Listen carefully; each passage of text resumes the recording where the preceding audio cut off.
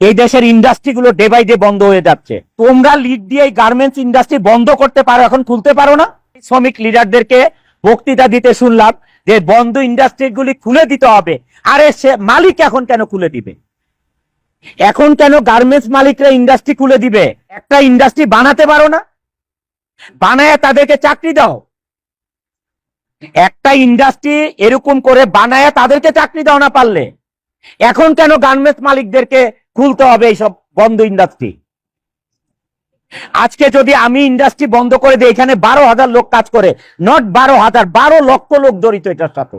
সাভারে, আশুলিয়াতে, গাজীপুরে 230 থেকে 240টা এই ধরনের গ্রুপ অফ ইন্ডাস্ট্রি বন্ধ করে দিয়েছে মালিকরা। লক্ষ লক্ষ লোক শ্রমিক বেকার হয়ে গেছে। 13%, 14% আসে হচ্ছে আমাদের রেমিটেন্স যোদ্ধাদের থেকে।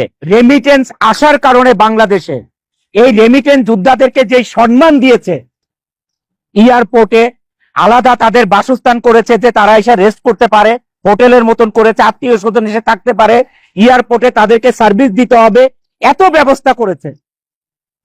যারা 84% বাংলাদেশে রেমিটেন্স আনে তাদের জন্য কি করেছে? এই ঈদে জামা জুতো অ্যাক্সেসরিজের ডিসকাউন্ট।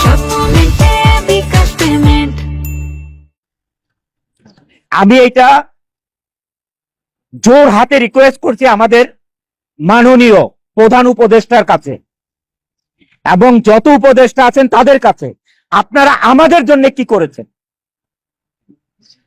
যারা 84% রেমিটেন্স আনে বাংলাদেশে তাদের জন্য আপনারা কি করেছেন? গার্মেন্টস ইন্ডাস্ট্রি সচল রাখার জন্য কি করেছেন? আমরা সবাই আশা করেছিলাম যে ঈদের সময় অ্যাটলিস্ট একটা বেতন ব্যাংকে লোন দেওয়া হবে। যে শ্রমিক ভাই বোনদেরকে আমরা কি করতে হবে দেখেন, মার্চ মাসে ফেব্রুয়ারির বেতন দিতে হবে, বোনাস দিতে হবে, আবার মার্চ মাসের 50% বেতন দিতে হবে। একটা গার্মেন্টস মালিক কোত্থেকে পাবে এই তিনটা জিনিস এক মাসে? এই তিনটা জিনিস এক মাসে কোথায় পাবে একটা গার্মেন্টস মালিক? যারা 84% রেমিটেন্স এনে বাংলাদেশের অর্থনীতির টাকা সচল রাখে তাদের জন্য কি করেছেন? গার্মেন্টস মালিকেরা মুখ চুপ বোঝে, মুখটা চুপ থেকে কি করতেছে? গার্মেন্টস গুলো, আরএমজি গুলো বন্ধ করে চলে যাচ্ছে। আপনারা একবার চিন্তা করেছেন যে আপনারা ইন্ডাস্ট্রি গুলো বন্ধ করে চলে যাচ্ছেন, এই দেশের অর্থনীতির অবস্থা কি হবে? এই দেশের কর্মসংস্থানের অবস্থা কি হবে? এই শ্রমিক লিডাররা কয়েকজন মিলে এই দেশে চালাতে পারবে না? তারা একজন একটা ইন্ডাস্ট্রি করতে পারবে? কেন 240টা প্রজেক্ট বন্ধ করে চলেছেন? 240টা ফ্যাক্টরি না, 240টা গ্রুপ অফ কোম্পানি ইন্ডাস্ট্রি বন্ধ করে চলে গেছেন। লক্ষ লক্ষ লোক বেকার হয়ে গেছেন। এই লক্ষ লক্ষ লোক বেকার হওয়াতে বাংলাদেশে এখন আপনাদের ছিনতাই বেড়ে গেছে, সন্ত্রাসী বেড়ে গেছে। এই যদি আমার ইন্ডাস্ট্রি এখানে বন্ধ হয়ে যায়, এই 12,000 লোকের কত লোক এখানে সন্ত্রাসী হয়ে যাবে কল্পনা করতে পারবেন না।